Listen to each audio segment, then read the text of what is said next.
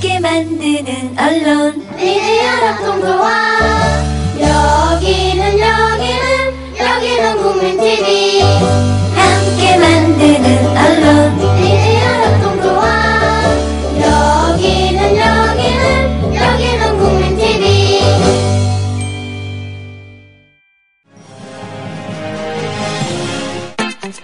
국민TV, 국민라디오, 그리고 뉴스케이를 응원하시는 분들, 미디어 협동조합 조합원 가입으로 힘을 실어주십시오. 그리고 기존 조합원 분들은 월조합비 납부 신청을 해주시면 감사하겠습니다. 조합원 가입과 월조합비 납부 신청 문의는 홈페이지 국민.tv 또는 서울전화 3144-7737로 연락주시면 됩니다.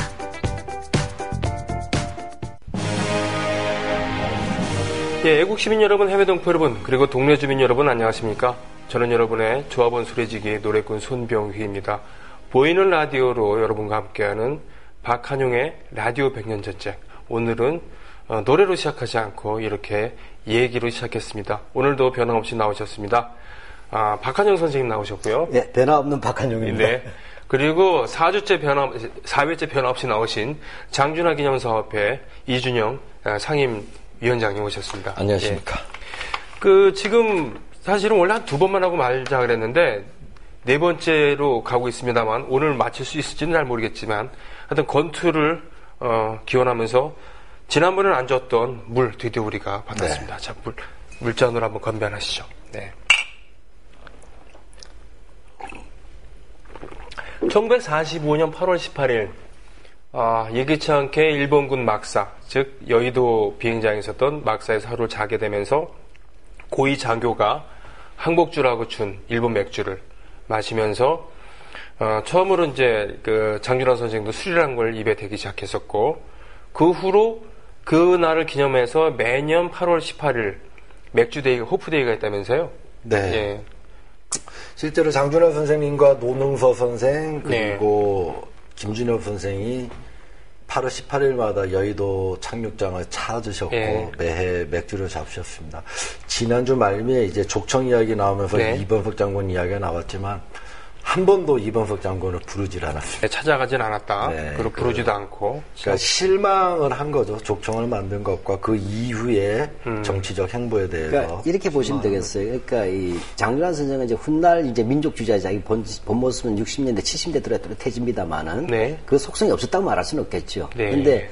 족청 그 자체라기보다도 아마 이 분당 구조란 부분에서 굉장히 본인이 정리가 안 됐을 거예요. 예. 근데 그 속에서 뭐냐면 처음에 왔던 지청청 장군에는 대동청년단 했지만 막상 그것이 뭐냐면 그 당시 청년운동의 행동주의잖아요. 네, 그러니까 네. 좌우 갈등에 있어서 어떤 폭력적 양상을 띌 때 바로 그 전의 모습을 보여준 거예요. 이것은 네. 건국 일종의 좋게 보면 건국운동이지만 아마 장준하 선생 스타일은 이건 아니었던 것 같아요. 근데 그 다음에 들어온 믿었던 이범석 장군이 만든 족청은 민족청년단은 그보다 더 큰 규모였는데 그 자체 상당히 많은 엘리트들이 있었던 건 사실이에요. 네. 근데 그 친일파도 있었지만 엘리트들이 많이 모였었지만 막상 그것이 대중적인 모습에서 족청이라는 것은 네. 사실 우익 행동대로서의 모습밖에 없었단 말이죠. 쉽게 얘기하면 백색 테러. 게다가 이승만 노선을 갔죠. 이승만 노선. 그렇죠. 네. 이승만 정부에 완전히 합류를 했죠. 나중에 이범석 장군이니까 김구 노선이 아니고 네. 이승만 노선, 다른 말로 하면 뭐냐면 남한 단독 정부론으로 갔고 그렇게 해서 국무총리까지 가는 거잖아요. 그렇군요. 네. 그 와중에 그래서 장준하 선생은 정치의 영역에서 빠지게 되면서 언론인으로서 네. 예. 이 언론인으로서의 그런 장준하 선생을 얘기할 때 사상계를 빼고서는 사실 장준하 선생의 생애도 바로 30, 40대에는 사상계를 빼놓고서 얘기할 수가 없는 거였잖아요. 네. 네. 그런데 역시 내가 볼 때 한국 전쟁이라는 거, 6.25. 네네. 이 부분이 좀 계기가 컸을 것 같아요. 아, 네. 네, 왜냐하면 장준하 선생이 이제 49년도에 졸업하잖아요. 한신대학교. 네. 편입하셨다가 그해 9월에 졸업하신 걸 알고 있어요. 네.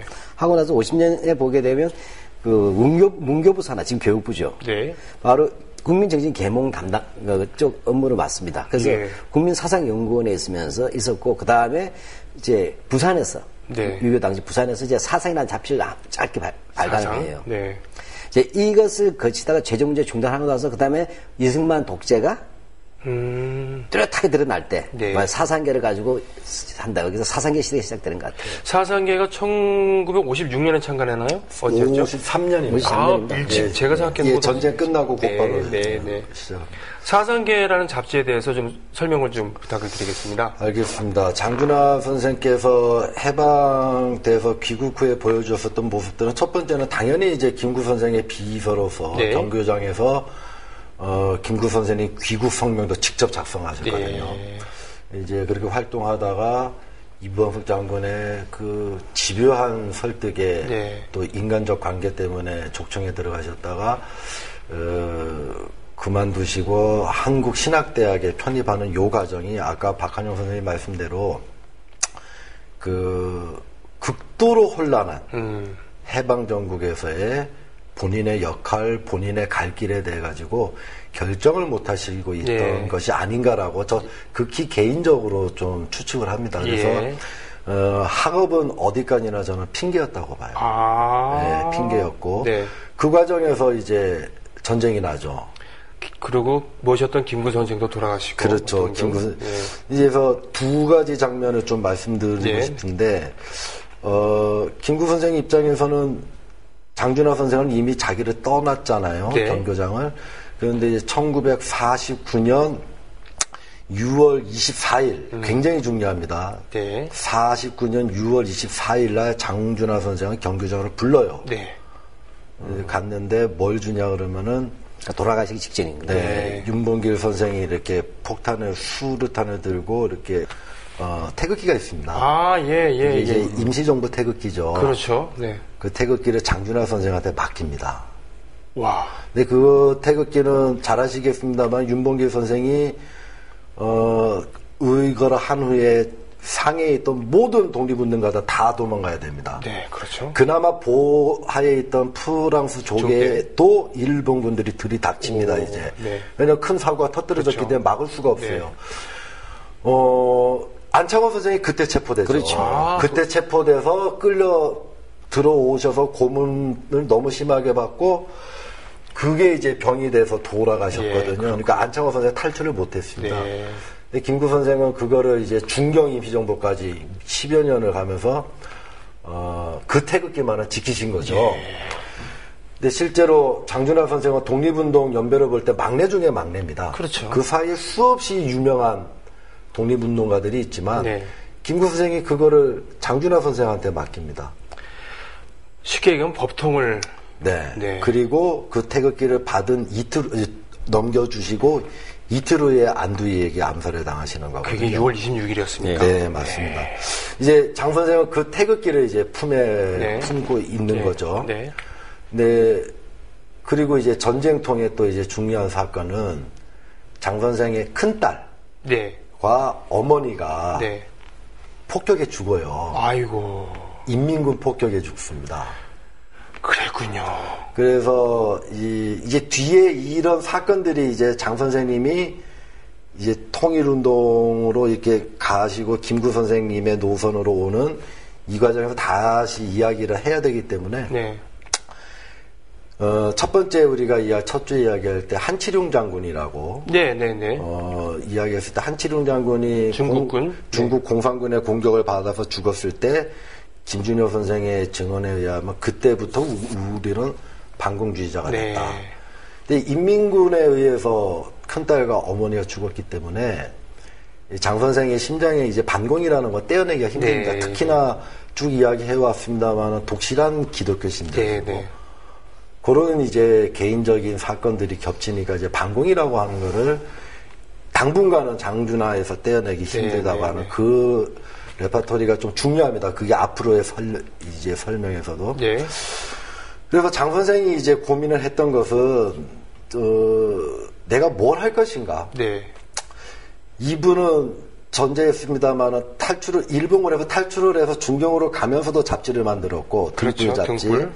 OS에서 훈련 받을 때는 재단이라고 하는 재단이라는 잡지를 잡지. 만드시는 그래서 좀 이제 문화적 역량과 소양이 굉장히 뛰어난 분이셨다고 네. 보고 전 판단을 하고 이 가난하고 그리고 전쟁으로 완전히 폐허가 돼버린 네. 안 그래도 가난한데 전쟁으로 폐허가 돼버린 이 땅을 어떻게 대건설을 할 것이냐. 다시 건설할 것인가. 그때 이제 장 선생이 스스로 자임했던 역할은 이 땅에 그나마 있는 양심적이고 똑바로 돼 있는 각계의 지식인들을 모아서 그들의 지식의 총화로 잡지를 만들어내고 그 잡지를 널리 익혀서 이 암울한 이 조국의 현실을 밝혀나가는 또 다른 등불을 만들고 싶지 않았겠는가.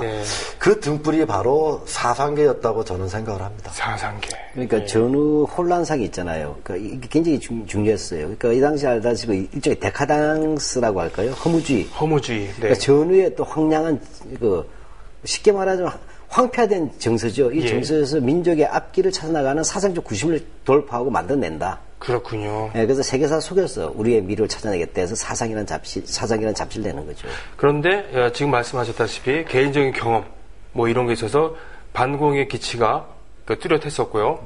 그 보수주의자로서의 그 장준하의 모습, 민족주의자. 사실 진보주의자가 민족주의를 표방하는 것은 우리나라에서만 있을 수도 있겠습니다만, 하여튼 민족주의자로서 또 보수주의자로서 나중에 70년대 이제 박정희와의 대결에서 뚜렷하게 얘기될 것 같아요. 보수와 수구의 문제는. 사상계가 얼마나 그 대단한 잡지인가라는 부분에 대해서 좀 설명을 좀 해주시죠.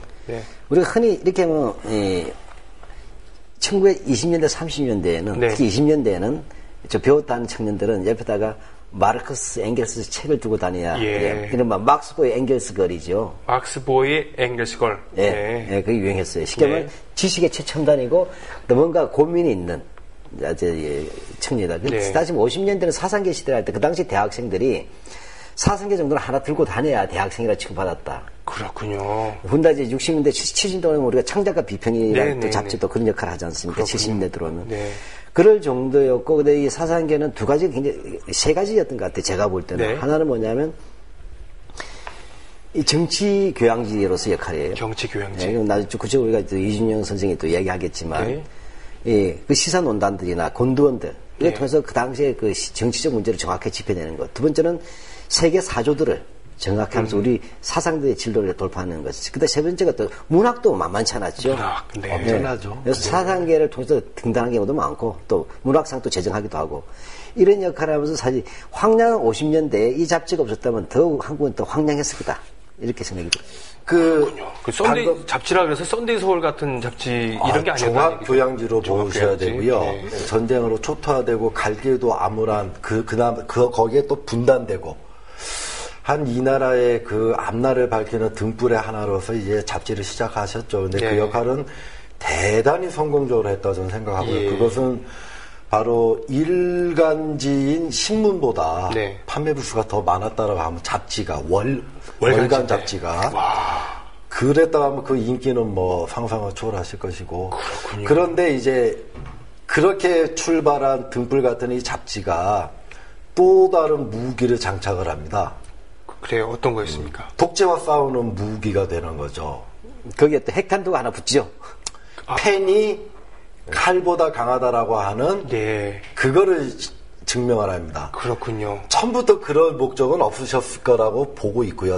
처음에 전쟁 직후에 사상계 잡지를 만드실 때는 그런 생각까지는 안 하셨을 것 같은데 그랬는데 이승만 정부의 부정부패, 독재 이거는 그냥 있을 수가 없잖아요. 그렇죠. 전쟁 와중에도 자신의 안위만 챙기려고 했었던. 그런데 이 사상계의 진가를 올리게 되는 또 하나의 역할은 중요한 분이 우리 제 첫회 방송에 나왔던 분. 함석헌 선생님. 함석헌 선생. 또 들어오면서 이 사상계가 또 한 번 또 주가가 맞습니다. 그 평안북도 정주에 있던 오산학교 교사. 오산학교의 함도깨비 선생. 함도깨비 선생. 이제 모르는 게 없다고 도깨비 선생이라고 그랬다. 함도깨비 선생을 모시게 되죠. 필진으로. 어렸을 때 그 인연이 다시 필진으로 모시게 되는.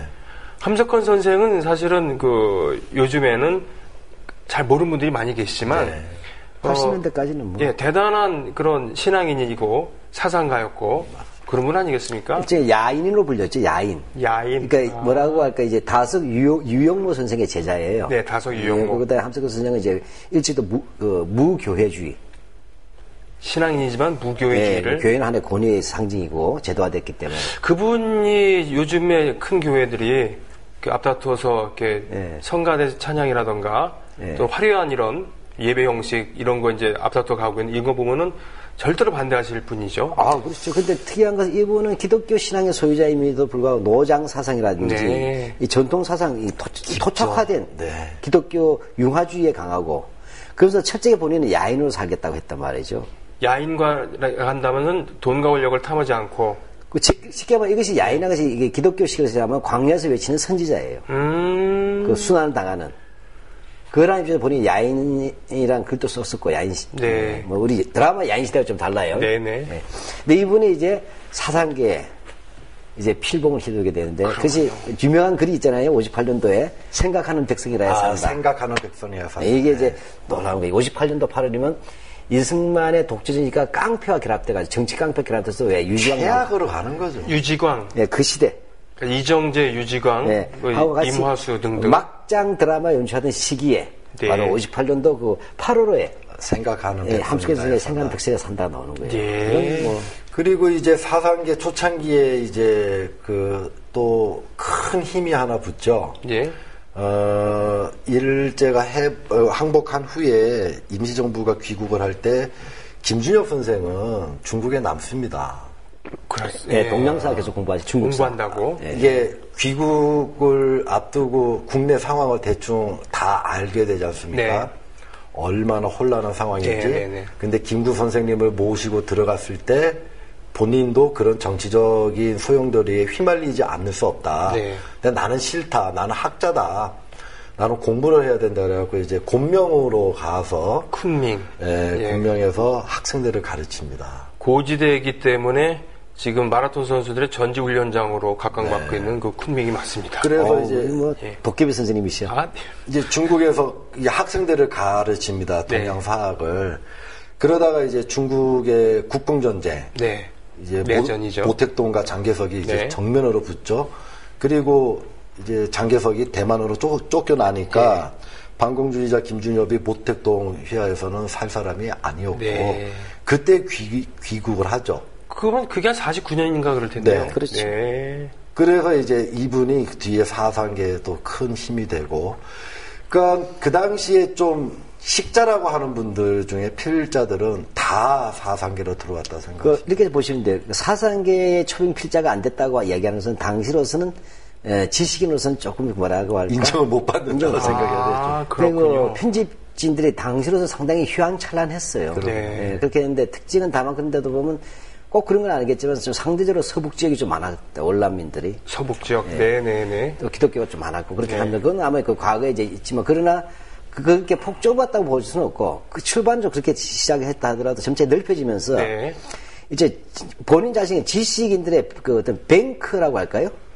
지적 뱅크. 아, 네. 로서의 사상계의 최고의 편집인을 모시겠다는 생각이 강했던 것 같아요. 그렇다고 그러면 정말 그 학병 시절에 발간했었던 등불, 맞습니다. 제호 등불과 같은 역할을 사상계가 그 신상초 선생 같은 사람도 같이 참여하는 거예요. 신상초. 네. 옛날 학병 출신인데 탈출한 사람이죠. 그런데 그 지금 필화 사건이라 그랬습니다만 네. 깨어 있는 백성이 뭐 산다. 네. 그건 어떤 생각하는 백성이나 생각하는. 그러니까 정권의 탄압을 받았다는 얘기인가요? 한마디로 이야기하면 이승만 정권은 노골적인 독재 정권이라고 얘기하는 거예요. 아. 네, 그렇게 해가지고 쉽게 말하자면 부정선거가 일어났잖아요. 그 일련의 계속적인 이런 네네. 속에서 이 함석헌이가 분연하게 쓴 거예요. 굉장히 글이 격동적입니다. 함석헌 선생님. 네. 네. 뭐 함석헌 나중에 이제 5.16 때도 5.16을 어떻게 볼 것인가가 나와서 네. 또 사상계 나오지만 이렇게 되는데 이 글로 연행이 되는 거예요. 장준하 선생이 아니면 두 분 다. 두 분 다 함석헌 네. 선생, 장준하 편집자도 같이 연행이 네. 되죠. 왜냐면 글을 씻는 책임자는 장준하 선생이니까. 그렇군요. 이제 사상계 역할은 너무나 잘하시니까, 근데 이제 그 흐름 속에서 사상계가 또 장준하 선생이 네. 이제 처음에는 이제 펜을 통해서 네. 잡지를 통해서 독재 정권과 싸우기 시작했고 예. 그 영향력이 퍼져가니까 말씀하신 같이 이제 연행까지 하고 그러니까 펜을 함부로 놀리지 마라. 네. 그 펜의 힘이 센 거를 독재 정권이 잘 알고 그러나 펜을 멈추시지 않죠. 예. 끊임없이 싸우고 그리고 강연하고 강연. 예, 그리고 그런 뜻에 동조하는 분들이 사상계로 더 집결을 하고 그런 힘들이 축적이 되고 그러니까 이제 그런 좋은 글들을 쓰는 분들이 그 대학교에서 어떻게 합니까? 강사로 초청을 하죠. 아, 그렇죠. 네네. 이제 젊은 학생들이 저분의 글이 좋다, 저분을 초청하자. 하고 수많은 강연을 하고 네. 다니시고 특히 이제 3.15 부정선거 후에는 아주 많이 다니시죠. 그리고 이제 3.15 부정선거 직후에는 김주열 군의 그 끔찍한 시신이 나온 후에는 네네. 장 선생님 강의가 끝난 그 학교는 시위로 이어집니다. 강의가 곧 시위로 이어집니다. 그게 가장 컸던 시위가 서울 물리대였어요. 그 대학로 한복판에서 강연을 하고 나오셨는데 엄청난 시위로 연결이 되고 그것이 결국은 축적이 됐던 게 4.19로 가는 거죠. 그렇군요. 지금의 대학로란 이름이 붙게 된 그런 계기가 바로 동숭동 그 양쪽에 서울대학교에 물리대도 있었고 의대 전부 의대도 있었고 그렇기 때문에 원래 뭐 그게 경성제국대학이죠. 경성제국대학이 예, 있죠. 원래는. 예. 아무튼 근데 안에 하나 네. 빠진 게 하나 있어. 그다음에 네. 바로 또 하나의 사상이 59년도에 네. 예, 백지곤두원이라는 게 있잖아요. 백지곤두원은 이게 펜으로 이제 장 선생이 권두원을 편집자가 쓰지 않습니까? 그렇죠. 네. 이달에 내가 꼭 이 사회에 또는 우리 국민들에게 또는 이제 위정자들을 하고 싶은 거 쓰는데 화가 굉장히 많이 나셨던 것 같아요. 59년에. 예, 그래서 뭐 지금 2월 올 거예요. 2월. 네, 이게 책을 이렇게 펼치지 않습니까? 네. 딱 펼치면은 여기 이제 권두원. 네. 새로 이제 그리고 여기 무엇을 말하랴. 네. 민권을 짓밟는 횡포를 보고. 네. 여기에 장준하 하고 이게 다 백지입니다. 이게 요렇게 딱 펼치면은 권두원이라고 분명히 찍혀 있고요. 네. 민권을 짓밟는 횡포를 보고 무엇을 말하랴. 여기에 장준하, 요 백지입니다. 세상에. 상상을 초월하는 권두원이었죠. 백지 권두원. 그냥 아예 백지는 아니고 딱 요렇게 이제 제목하고 필자만 적혀 있고 네. 내용은 없습니다. 이거 굉장한 사건이었습니다. 예. 그 백지 권두원을 읽기 위해서 사람들이 참 읽을 게 없지만 그 백지를 보고 싶어서. 예백이지만 네. 그 잡지는 굉장히 소장가치 높은 잡지예요. 그야말로 행간의 세상에서. 의미를 읽기 위해서. 예. 권두백지원 그 잡지는 굉장히 귀합니다. 화가 많이 나셨던 것 같아요. 그러면 이 사상 얘기를 했으니까 사상계의 운명은 어떻게 됩니까? 뭐 일간지보다도 많이 팔렸다고 하면은 그 장사가 잘 됐다는 얘기죠. 그렇지만 뭐 경제적으로- 박정희 때 와서 이제 달라지죠. 이승만은 아마추어예요. 네. 이제 박정희는 선수예요. 뭐 사상의 하나면은. 이야기만 하면은 선매입 사건들이 그렇죠. 있죠. 선매입? 이 책방에 팔리면은 네. 그 중정의 아이들이 책을 싸그리 다 사갑니다. 그 책방. 중앙정보부 그러니까 지금의 국정원. 네. 꼽혀 있는 책은 다 사가요. 그럼 책을 더 주문하니까. 예, 예. 그 막 불티나게 팔리니까 영업팀이나 편집팀에서 더 찍어. 네, 네. 또 팔립니다. 네. 그런데 이제 책을 이제 훼손시켜서 전 책을 반품을 시키는 거예요. 이거 책 찢어졌다. 훼손됐다. 그렇죠. 그게 소위 말하는 반품 작전입니다. 그러니까 지저분하죠. 이제 세상에. 망하게 하려는 거죠. 아니, 그러니까 댓글 다는 그런 찌질한 일을 이미 수십 년 전에 했다는 얘기군요. 이 4.19가 난 거에 대해서 이제 그 사상계 6월호든가요? 그 60년. 60년 예, 쪽으로. 이제 보면 앞에 특별 화보집이 있어요. 예. 그러니까 시위 현장에 생생 사진들이 있습니다. 네. 그거 굉장히 양이 많아요. 네. 그래서 보면 이 사상계에서 이제 4.19를 어떻게 볼 것이냐. 네. 이 부분에 대해서 다루면서 동시에 앞에 생생 화보가 있는데 아마 이게 대학 도서관, 오래된 도서관에 그 잡지가 있을 거예요. 네. 꼭 화보들 한번 보시면. 민족문제연구소에 제가 사상계 전지를 기증을 해서 네. 그렇습니까? 그 고마워요. 전지를 그 강에 뭐 밥이라도 함께 사셨습니까? 안 사줬습니다. 밥은 약하기 때문에 네. 더 센 걸로 해야죠. 저도 같이 끼워서 그러면. 네. 왜냐면 사상계에 제가 꼭 우리 연구소에 있어야 된다고 얘기를 했거든요. 전질이 있습니다. 그렇군요. 근데 이제 원본도 우리가 다 껴 있어요. 아무튼요, 그런데요. 네. 하여튼 간에 이 사상계는 이제 4.19를 거치면서 네. 이제 뭐냐면 시민혁명을 목격하잖아요. 네. 내 시민혁명을 목격하고 이 에너지 어떻게 이제 발전시켜야 되느냐. 이 네. 문제에서 이제 제2공화국과 관계가 되잖아요. 네. 이 부분 우리 이준현 씨가 또 이렇게 또 얘기해 줄 부분이 있어요. 이제 4월혁명과 사상계를 장준하 선생님은 떼어놓을 수가 없고요. 네. 그러나 그 장 선생은 언론인의 길을 가시고자 했기 때문에 그 정부 구성이나 그런 데는 관심이 없으셨거든요. 그러나 가난한, 정말 너무도 가난한 미국 밀가루 원조로 먹고 사는 이 나라의 최고의 과업은 경제개발이었습니다. 네. 이승만 정권이 독재 부정부패 다 했지만 이 부분을 팽개치고 그렇죠. 신경도 안 쓰고 인재 등용도 안 했던 이 죄가는요. 뭐 국부 이야기인데 국부가 혼자만 잘 먹고 잘 사는 국부였습니까? 이 부분은 아무것도 안 한 거예요. 힘들면은 무조건 미국에게 손만 벌리면 주고 그러니까. 그 악수하는 거 있죠. 밀가루 악수. 네. 한국과 미국이 악수하는 거. 네. 그러니까 이 영감은 80% 익룡농산물. 이 영감은 왕같이 군림했지만 그렇죠. 본인의 백성들을 먹여 살릴 생각 한 번도 해본 적이 없는 아주 더티한 인간이에요. 자신의 권력만 유지하려고 했었던. 네. 그래서 4월 혁명으로 들어선 장면 정부의 제일 과제는 경제 발전이었습니다. 네. 그래서 이 경제 개발에 대한 25개년 계획을 만들어요. 예. 5차년 5개년. 5525. 많이 들어봤죠? 예, 경제개발 5개년. 경제개발 5개년 5차년 계획. 그래서 25년 동안. 그 나중에 박정희가 이걸 뺏기는 그대로. 거죠. 그게 박정희 대통령 거로서 저기 하잖아요. 근데 그 작년 정부에서 계획이 세워졌고요. 아주 중요한 장면인데. 근데 문제는 이거를 하려니까 인재가 없잖아요. 네. 이 계획을 전국에서 이걸 이끌어 가야 될 텐데 그 인재를 육성하고 진행을 이 사업들을 주도적으로 이끌어갈 인재를 만들기 위해서 국토건설본부를 만듭니다. 그래서 그 기획부장을 맡아달라고 하는데 그건 아마 젊은이들이 이쪽으로 몰려들어야 되는 거고 네. 이 젊은이들이 경제개발을 이끌어 가야 되고 그 사람들 교육시켜야 됩니다. 네. 근데 그때 이제 지식인의 어떤 우상이자 존경하는 분의 사상계의 대표인 장준하 선생이죠. 예. 그러니까 장면 선생은 반드시 장준하 선생을 모시고 싶었을 거예요. 네. 그래서 이제 기획부장을 맡으셨고 그래서 국토개발단이라는 걸 만드십니다. 네. 이 사람들을 교육시켜야만 이 사람들이 경제개발을 이끌 거다.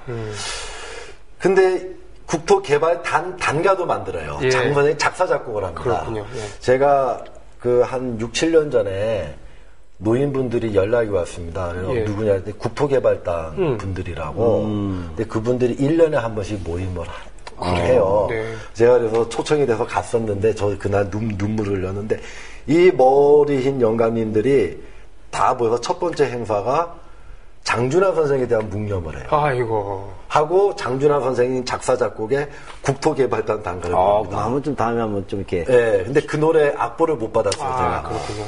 그게 이제 장 선생이 작사 작곡한 겁니다. 네.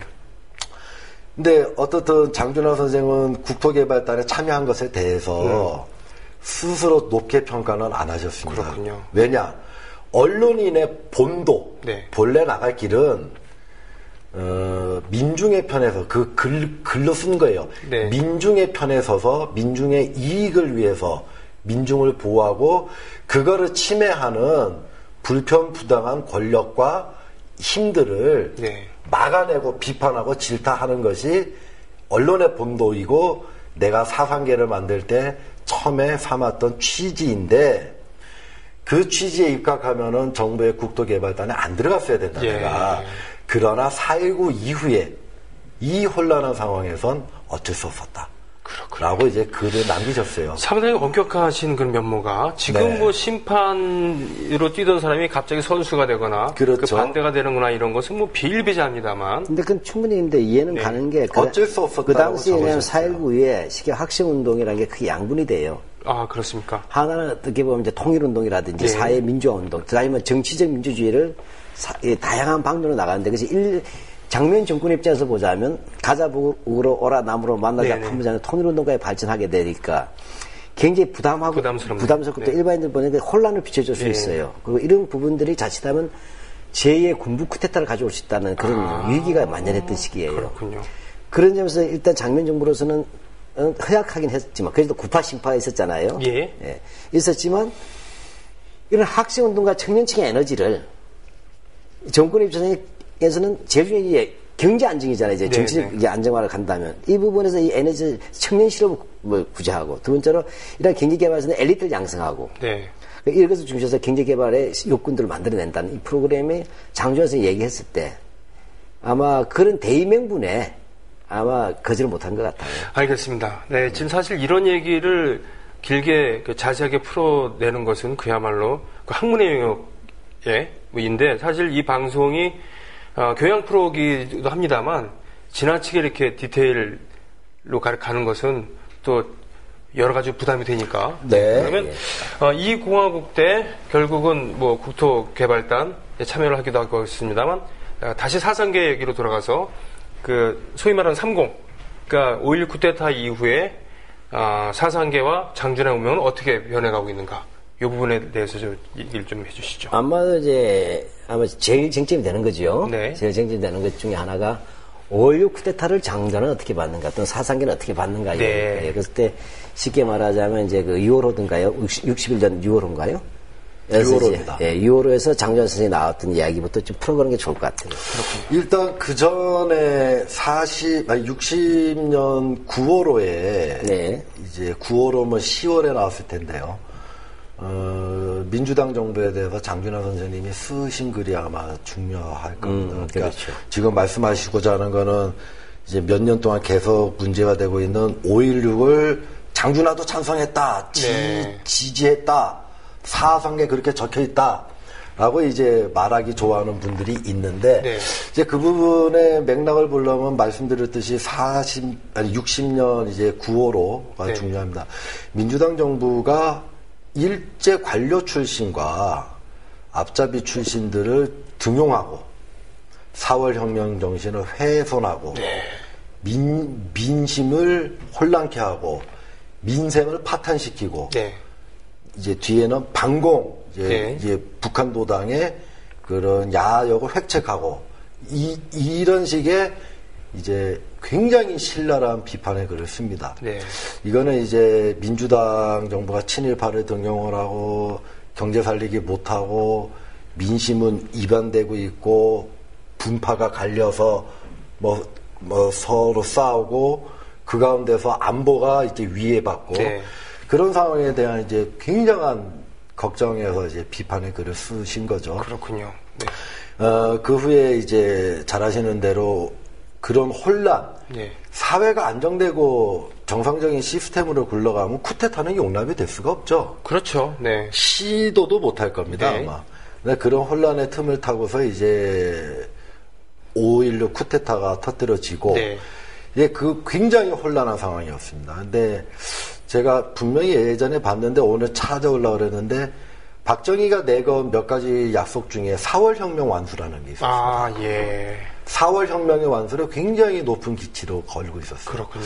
그래서 그런 상황에서 장 선생이 이 민주당의 그런 능력의 한계와 혼란 상황에 대한 그 회의 때문에. 회의와 그게 있었고 한편에서는 그 4월 혁명의 완수를 또 기치 중에 하나로 걸면서 반공을 걸고 그리고 조속한 민정 이양이라는 거를 내걸었던 이 쿠데타에 대해서 초창기에는 전제 조건이 명확한 네. 긍정적인 시각이 있었다. 그 전제 조건이 바로 반공 그리고 또 뭐 민정이양 뭐 이런 겁니까? 조속한 민정이양. 조속한 민정이양. 빨리 돌아가라라고 하는. 그러니까 지금 장준 선생이 아주 어떤 면에서 냉철한 분이에요. 네. 그 열정적인 냉철한 게 이 제2공화국에 대해서 실망한 건 사실이에요. 사실이나? 그럼 실망할 수 있습니다. 네. 그 실망이라고 하는 것이 실망이기 때문에 쿠데타 이렇게 해야 된다 얘기는 아닙니다. 그렇잖아요. 예. 아니 실망한다면 지금 언제는 늘 쿠데타 해야 되죠. 네. 그러니까 일단 장준하 선생의 전제는 제2공화국에 대한 실망이라고 하는 부분 자체가 5.16 쿠데타를 반드시 와야 된다고 정당화하는 건 아니다는 게 첫째고 예. 두 번째로는 그 내용을 다시 읽어보면 기왕에 일어난 거란 거예요, 사실은. 아, 기왕이 이렇게 맞습니다. 된 거. 네. 이미 일어났을 때 예단하지 말자. 네. 저들이 4월 혁명을 완수하겠다고 하고 무엇보다 또 자기들 민정으로 다시 복귀하겠다고 하니까 네. 그러면 그러한 민정 이양의 부분을 약속 지킨다고 한다면 우리가 그 약속 지킨다 기다려보자. 그러나 조만간에 그 정체는 밝혀질 것이다. 이들 어떤 사람이 이렇게 나온 거예요. 현실적인 그런 네. 이해, 그런 상황을 관망적이고 기정사실화된 속에서 일정한 유보라고 봐야 돼요. 이제 그 6월호에도 분명히 적혀 있습니다. 5.16은 4.19 혁명의 부정이 아니라 계승 연장이어야 된다라고 하는 전제 조건이 자, 있죠. 그렇다 그러면은 조속한 민정이양, 뭐 셀프 진급하고 셀프 민정이양 하면서 자기가 대통령 되고 친일파로서 반공을 무기로 갖고 와갖고는 독재를 일삼게 되는 그 시점부터가 그것이 명확해졌을 때부터 그러면서 이제 본격적으로 갈등 관계로 접어들게 되겠군요. 그러니까 나는 그 판단이 오래 가지 않았다고 보는 거예요. 그 다음 달 호에 네. 곧바로 함석근 선생님의 5.16을 어떻게 볼 것인가라고 1961년 그러니까 7월로부터 네. 그러니까 한 달 후에죠. 예. 이거는 이제 월간지니까 네. 어차피 이제 그 텀이라는 게 있고 그래서 정면으로 5.16을 비판하는. 그렇군요. 근데 비판 정도가 아니죠. 왜냐하면 5.16을 어떻게 볼 것인가 한데 이건 한마디로 하면 군인들이 강도짓한 건데 강도는 밤에 하지만 이건 백지의 군인들이 그렇게 표현합니다. 그 5.16 집단을 공동묘지의 매장 인부가 아닌가 라고까지 표현을 했습니다. 뭐 직업에 대한 그런 비하는 아니겠습니다만 예. 그러니까 근데 잘 생각을 해보세요. 이 시기가 지금 군정입니다. 사실 개헌하나 다름이 없는 거예요. 개헌이죠. 개헌이죠. 네, 네. 군정이니까. 이 상황에서 합법적 잡지가 네. 이거를 쓸 수 있다는 것은요, 목숨 거는 거예요. 이러고 나면서는 그때부터 뭡니까, 이제 군부하는, 박정희 군부 세력과는 사상계는 정면 대결로 가는 겁니다. 그렇기 때문에 아까 얘기한 것처럼 반품. 네. 국정원 직원들이 지금으로 따지면은 국정원 직원들이 댓글 다는 것만큼이나 그런 찌질한 말도 안 되는 역할을 서점 돌아다니면서 책을 샀다가 반품시키고 하는 짓. 사상계 고사작전이죠. 고사작전. 근데 이 사상계가 큰 사회운동을 또 하나 벌려요. 뭡니까? 예, 그게 63인데. 63? 한일회담. 네, 1964년 그 전당대에서 62년도 바로 이 함선에 글 쓸 때 의미 있는 상을 받잖아요. 장준환 선생이 필리핀에서. 예, 그게 이제 그 피라 사건도 많이 겪고 네네. 그 사상계 고사작전으로 해가지고 엄청나게 이제 경제적으로 힘들 때 그러니까 사상계 잡지로 볼 때는 암울한 거죠. 네. 그때 이제 지금은 뭐 별로 안 유명합니다만은 제가 성장할 때만 해도 막사이 사이상 그러면은 엄청났었거든요. 그 필리핀의 그 라몬 막사이사이라고 하는 초대 대통령. 네. 이제 아시아의 노벨상이라고 일컬어지는 막사이사이상을 만들었는데 그때 이제 테레사 수녀님은 이제 인권상을 사회봉사상인가 인권상을 받으셨고 장준환 선생님은 이제 언론 분야 문화 언론 분야의 상을 받으시게 되죠. 필리핀의 국력은 50년대 필리핀의 국력은 아시아 2위였고 그렇죠. 그만큼 그 라몬 막사이사이 이름을 딴 막사이상의 위상도 컸고 라몬 막사이사이는 필리핀의 초대 대통령 가난한 집안 출신이지만 초대 대통령이 됐고 독립운동을 하면서 특히 그 공산주의자들과도 그 열심히 싸워서 공산 게릴라도 제압을 하고 독립을 이끌었었던 그 필리핀의 국민적 영웅이죠. 네, 맞습니다. 그 상의 가치는 지금은 폄하되어 있습니다. 굉장히 높았고요. 그땐 컸고. 예, 그래서 그 상은 참 정부에서도 사상계와 장준환 선생을 이렇게 좀 많이 억누르고 싶었던 상황에서 이제 어떤 밝은 빛을 또 현황을 타게 나갈 수 있는 힘을 얻게 되셨고 더불어서 사상계가 굉장히 경제적으로 힘들었는데 제가 금액은 확실히 모릅니다만 굉장히 많은 상금을 받아오셨던 걸로 알아요. 그 다음에 한국의 환율 생각해보세요. 몇 년도쯤인가 이게? 62년도인가요? 그게 62년도 8월이니까. 네, 62년도. 하지만 그 빛은 잠시였고 결국 사상계는 폐가를 향해서 가고 있는데. 근데 하여튼 재밌는 것은 장준환 선생은 막사의 사회상을 받았을 때 박정희가 주로 먹던 술은 막걸리에 사이다를 타서 자기가 막사의 사회라고 불렀어요.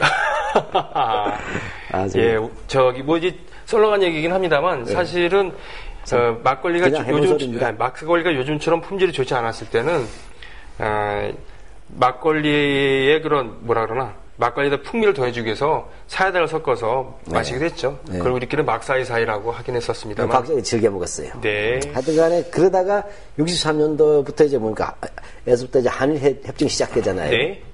이게 이제 본격적인 64년, 65년까지 가는 건데 이 부분에서 이제 장준환이 가만히 있을 수 없는 또 한 번의 대결이 있습니다. 운명적 대결은 이제 민정이양 단계도 마찬가지인데요. 그것도 있죠. 사상계 권도원을 그 당시를 이렇게 살펴보면은 집요하게 민정이양, 너 왜 약속 안 지키냐, 너 왜 한 해 더 군정하냐, 계속 그럽니다. 그러다 이제 민정이양을 이제 선언해요. 이제 언제 한다. 그러니까 그거를 칭찬을 합니다. 그래, 진짜 그래서 해야지. 근데 그 밑에가 되게 재밌습니다. 넌 나오지 마.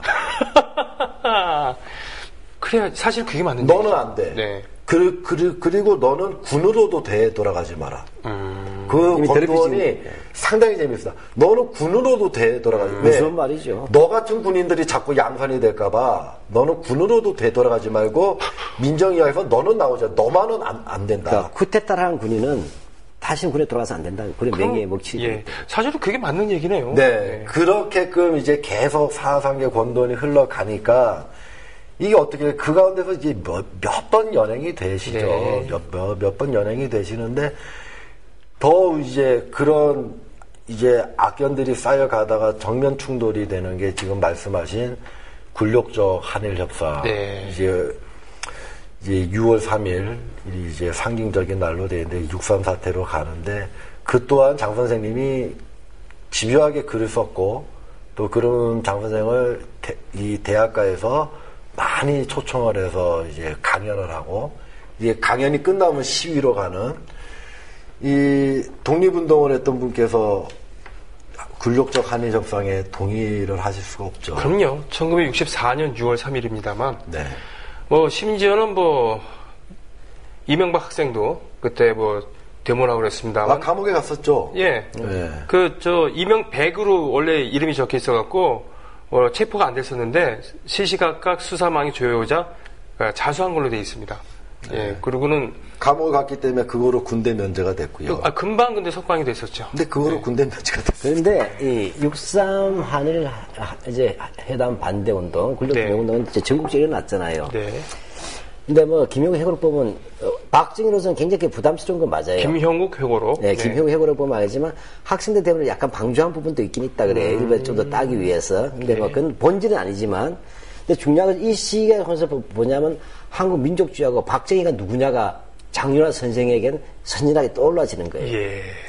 즉 일본군 만주국 장교지만 사실 일본군 장교 출신이나 다름이 없잖아요. 그렇죠. 예. 이 박정희가 한일회담에 주역이 됐다는 사실, 그것도 매국적 조약에. 네. 여기에 강북구 장교 장전하가 조우하게 되는 것이든. 그렇죠. 군부 쿠데타보다 더 함께 겹쳐지면서 화해할 수 없는 길을 걷는 거죠. 언젠가는 국교 정상화를 이루어야 되지만 그런 식으로 네. 작물 비슷하게. 근데 기억이 지금 오래돼서 기억이 좀 안 돼. 한번 그래서 그 초청 강연했을 때 민족주의 논쟁을 고려대학교에서 한번 해가지고 군정 때인가요? 네. 김종필하고 네. 장준환 선생이든가요? 그 사사교주 나가서 논쟁 한 적이 있고. 그렇습니까? 또 그 다음에 장준환 선생이 그 김종필이나 이 5.16 군부 세력들이 자기 자신들을 민족주의자라 자처하는 거에 대해서 아주 신랄하게 비판한 거 있잖아요. 예. 당신들이 말하는 민족주의라고 한 것이 그것은 바로 프랑스 파리에서 고급 호텔에서 샴페인을 마시면서 값싸게 눈물 흘리는 향수 라고 한다면 네. 지나지 않는다. 이야. 근데 나의 진짜 민족주의 그게 아니죠. 바로 6,000리 길을 걸어왔던 네. 그런 식으로 하면서 민족주의 논쟁을 하는데 그렇게 해서 이제 사회비 민족주의로 규정을 하게 됩니다. 아, 그렇군요. 이런 일련의 사건도 있었고. 자, 이런 사례가 있고 그랬었는데 그렇게 해서 결국은 사상계는 폐간에 이르게 되는데 아닙니다. 곧바로 폐간이 되지는 않고요. 한참 더 갑니다. 그 얘기를 좀 해주셔야 되는데 지금 제가 사회자로서 시간이 쫓기시니까 사회자로서 진짜 곤혹스러운 게 이제 60년대 원래 오늘 70년대까지 가기로 했었는데 그거 어쩔 수 없습니다. 한 번 더 해야 되겠군요. 나중에 다음에 한 번 더 해야 되는데 그래도 사상계 쪽은 좀 마무리를 좀 해야지 될 것 같아서 말이죠. 네. 사상계의 운명은 70년대까지 갑니다. 네. 근데 이제 김지아 네. 시인의 오적 사건이 이제 사상계가 정간이 되는. 그러니까 폐간이 아니고 정간이 되죠. 그러니까 김지아의 오적. 네. 그 담시가 사상계에 수록이 됐었다는 얘기입니까? 사상계로 발표가 됐죠. 사상계로 발표가 됐죠. 사상계로 발표된 시가 이제 엄청난 피라 사건을 겪으면서 정간도 되고. 네. 근데 중요한 것은 장준환 선생님이 국회에 진출하시면서 네. 정원 분리가 있지 않습니까? 정치인은 언론사를 할 수 없기 네네. 때문에 60년대 말에 사상계를 부한혁 씨라는 분께 네. 사상계 대표이사를 넘기시고요. 그렇군요. 사상계에서는 실제로 손을 떼시게 됩니다. 자, 그러면은 언론인 장준하가 정치인으로 변신하는 게 60년대 말이라는 얘기인가요? 네, 67년도에 국회의원에 당선이 네, 그런 계기에서 중요한 부분이 그 얘기를 좀 해야 되겠군요. 네. 그게 어떤 계기로 그렇게 되었는가? 그 심정적으로 이해를 해야 됩니다. 네. 장 선생은 그 육천리 장정 중에도 심장 협심증이 있으셨어요. 아, 그래요? 이거 선천적으로 난 병입니다. 그렇게 건강이 안 좋은 상태에서 네. 그래서 그래서 이제 거쳤다는 얘기인가요? 수없이 네. 60년대 박정희 정권에게 이제 연행과 투옥이 예. 이제 반복되고 그리고 이제 고초를 겪으시면서 이제 입원을 많이 하시게 입원을. 되는데 네. 이제 추측을 해야 됩니다. 이거 저의 추측입니다. 이게 장 선생을 옆에서 모셨던 분들 중에 많은 분들이 정치는 나가지 마라. 아, 소문이 돈다. 네. 당신 지금 정계 입문하려고 한다는 소문이 돈다. 근데 장 선생이 나 나갈 거요라고 답을 한 사람이 한 명도 없었습니다. 네. 제 주위에 아는 모든 분들도 안 나간다고 하셨대요. 그래요. 네. 근데 이제 속으로는 왜 이거를 결정을 할 수밖에 없었을까라고 해보면은 다 해보셨습니다. 감옥도 가보시고, 네. 글로도 써보시고, 강연도 하고, 다 했는데, 안 되는 거예요. 예. 그리고 언론인으로서, 잡지사의 사장으로서, 각계의 저명한 인물들을 만나갖고 이야기도 해보고 했는데, 안 되는 겁니다. 안 된다. 특히 이제, 결정적으로, 이제 한일 협상 65년도에 체결된 한일 협상 65년도지 않습니까? 예. 그 후에도 몇 번 연행이 되시고, 야, 내가 이 시대와 싸우기 위해서 이 사상계라고 하는 틀 안에서 힘들겠다. 네. 내가 나가서 싸워야 되겠다. 네네네. 그게 이제 전개였는데, 그것도 그냥은 안 되세요. 예. 감옥에 가 계셨어요. 아하. 감옥에서 옥중 출마를 합니다. 옥중 출마요? 옥중 출마해가지고 모든 선거운동을 사모님이 직접 하셨어요. 이게 동대문 을구예요. 바로 고려대학교. 지금 근처에. 이제 그 당시에 구역이죠. 예. 그래서 옥중 당선이 되십니다. 네. 그래서 이제 7대 국회의원으로 당선이 되시는데, 그러면서 이제 장준하 선생님은 실제적으로 정원 분리가 있기 때문에 네. 사상계하고는 손을 떼시게 되고, 사상계는 부완혁 씨가 이끌다가 이제 아까 말씀드렸던 이제 김지아의 오우적 씨와 이게 몇 가지였고, 그리고 경제난도 겹치고, 네. 이게 그래서 이제 폐간. 그렇군요. 네. 그렇게 해서 50년대에 53년에 창간했던 사상회가 한 20년 정도 네, 맞습니다. 존속되면서 수많은 청년들과 지식인들에게 영향을 미치고 심지어는 현실 정치에도 영향을 미쳤습니다만 그의 몰락 시점과 그 정치인 장준하의 몰락 시점이 어떻게 보면 이렇게 오버랩되면서 말이죠. 현실 정치가 갖고 있는 힘에 대해서 그 절감을 하면서 자신은 정치인으로 변신하게 되는 거군요. 근데 네. 그 매개가 좀 있어요. 매개. 아까도 얘기를 네. 했지만 잠깐만 더 구체 보충해서 네. 너무 전문제라고 해서 떨지 마세요. 그거 알아야 되니까. 네. 어설프게 알면 틀려요. 네. 그래서 그러니까 이 뭐냐면 이 장준하 선생에 있어서는 5.16 쿠데타 이후에는 그 다음에 박정희 실체를 확실하게 본 건 6.3회담이에요. 한일회담. 맞습니다. 그래서 뭐냐 64년, 65, 63, 4, 특히 64년 국면에서는 이 신을사 조약으로 봅니다. 네. 한일협정. 그 다음에 이렇게 돼서 64, 65년 한일회담 특집을 계속 내요. 그래서 전국 순회 강연 하죠. 70회를. 네. 이거 다른 말로 하면 언론인에서 뭐냐면 제야 운동가로의 변신이 이미 이루어지고 있어요. 70회. 예. 예, 그 다음에 66년도 조하게 되면 뭐니까 밀수 왕초론이 나오잖아요. 박정희 밀수 사건, 박정희 밀수 사건 됐을 때 또 구속되고. 대통령 예. 모독죄로 들어가죠. 그 다음에 더 큰 것은 야당의 이 분열이었어요. 네. 지금도 심각하잖아요. 그러니까 그 당시 이제 이 야당의 정치 지도자들을 이제 다시 모아서 요즘은 야권 단일화죠. 네. 그러니까 야권 통합을 위해서 예. 선대에 서 계셨죠. 그래가지고 그다음에 유진선? 유진호, 윤보선, 이범석, 그다음 양일동. 백낙준, 뭐 이런 사람들 모아가지고 단일 사자회담을 주선해가지고 쉽게 말하면 단일 당을 해서 이게 다시 바로 한번 얘기를 해주죠. 유진호, 이범석, 그다음에 백낙준, 그다음에 윤보선. 윤보선. 어유 대단한 당시로서 건물. 거물이죠, 제야에. 이들로 해가지고 통합 정당이 뭐냐면 오늘날 사실 민주당의 원뿌리가 될 수 있는 신민당이군요. 신민당이 바로 그때 만들어지는 거예요. 이거를 신민당으로 당선이 되셨죠. 그렇군요. 그렇게 하고 이분이 또 그다음에 그렇게 하는데 옥중 당선되는 과정은 이걸 주선한데 본인이 또 이 연설하러 갔다가 박정희는 과거에 공산주의 활동한 사람인데 이걸 금기적인 남노당 그렇죠. 연설을 했죠. 네, 남노당이었다. 네. 지금 해보세요. 그 세 가지 얘기인 거야. 예를 들면 심판이 유한용이다 얘기 한번 한 거 네, 아니에요. 그렇죠. 그다음에 또 박정희가 가장 두려운 것은 유한용이 문제가 아니라 공산주의였는데. 예. 이 이야기예요. 이렇게 해서 감옥에 들어갔다가 신민당 후보로서 옥중 당선됩니다. 아, 그렇군요. 강연 와중에 그것 때문에 문제가 돼서 감옥에 갇혔는데 네. 신민당 후보로 옥중에서 출마하고 네. 당선이 되었고. 그래도 뽑아주는 게 그 시대예요. 압도적으로 당선됐습니다.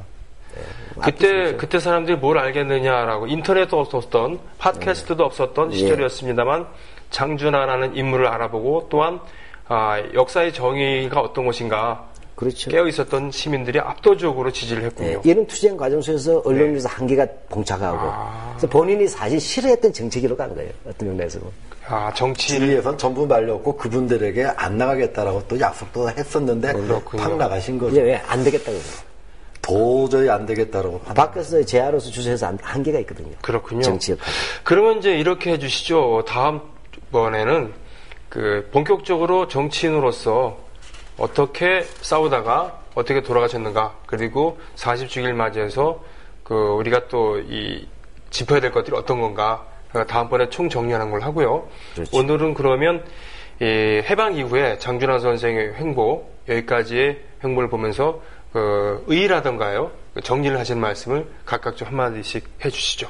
하여튼 장준하 선생은 저는 한마디에서도 한국에서 이른바 잃어버린 보수의 가장 올바른 모습이에요.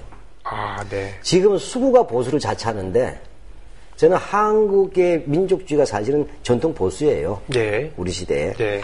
그래서 뭐냐면 내놓을 수 있는 가장 확실한 이른바 대한민국의 어떤 이른바 정통성이라도 좋습니다. 네.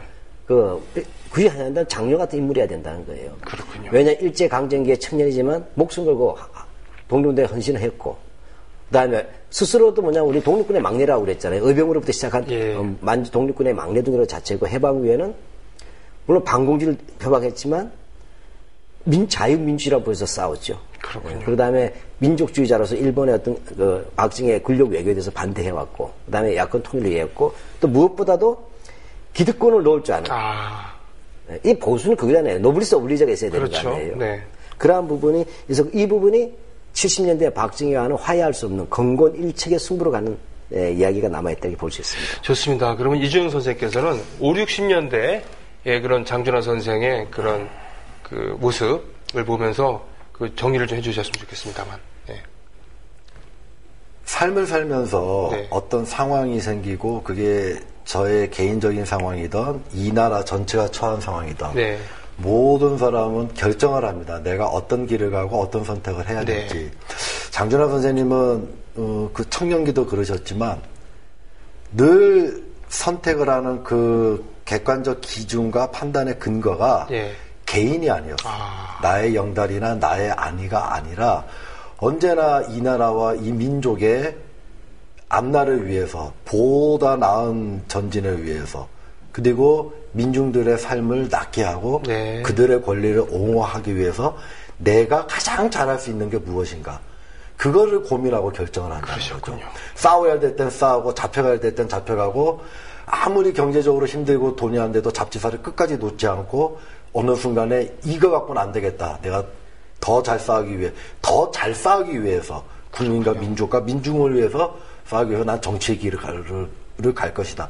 이런 결정의 과정들이 개인의 입신영달과는 전혀 관계없이 민족과 나라의 운명과 함께 가는 그런 모습에서 참 정말 존경스럽다라는 생각을 합니다.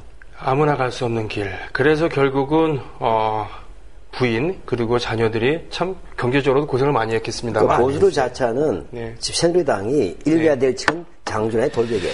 자, 마지막으로 저는 4.19를 기리는 그 노래 중에 진달래가 있지 않습니까? 네. 꼬부랑 할머니가 이 노래를 작곡하신 한태근 선생이 작곡을 한, 그리고 작사는 이영도 시인, 시조 시인이죠. 청마유치원과 플라토닉 러브를 나눴던 진달래라는 시에 곡을 붙인 한태근 선생이 그 노래를 부르면서 오늘 방송을 마치겠습니다. 고맙습니다. 수고하셨습니다.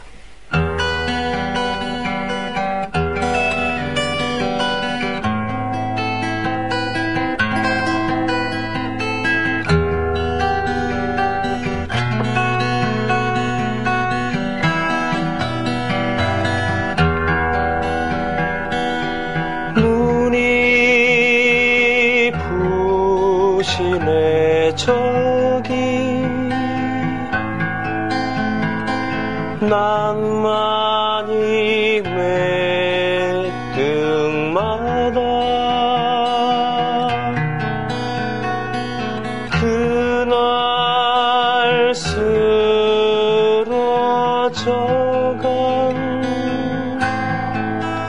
젊음 같은 꽃사태가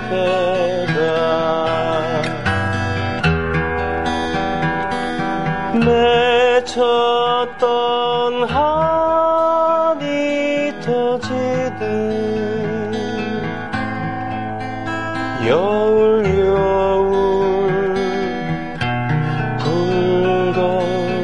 붉었네.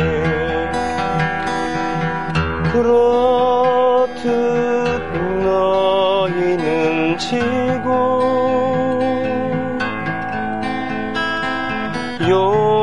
욕처럼 남은 목숨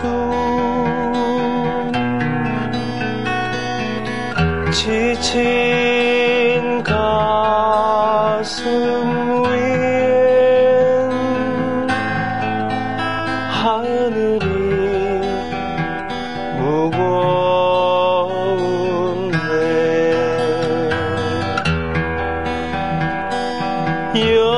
열연히 꿈도 서러라 물이 드는 이 상황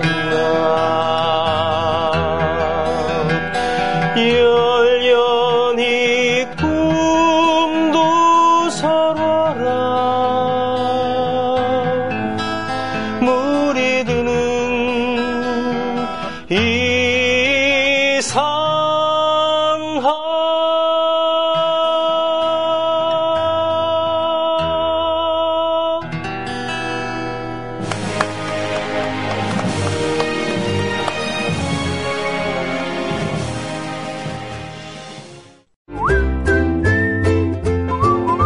국민라디오 팟캐스트 응원하는 가장 쉬운 방법 아시나요? 다운로드하기, 별점 주기, 댓글 달기, 구독하기. 국민라디오 팟캐스트 널리 알리는 가장 쉬운 방법. 다운로드하기, 별점 주기, 댓글 달기, 구독하기. 기억하세요. 다운로드하기, 별점 주기, 댓글 달기, 구독하기.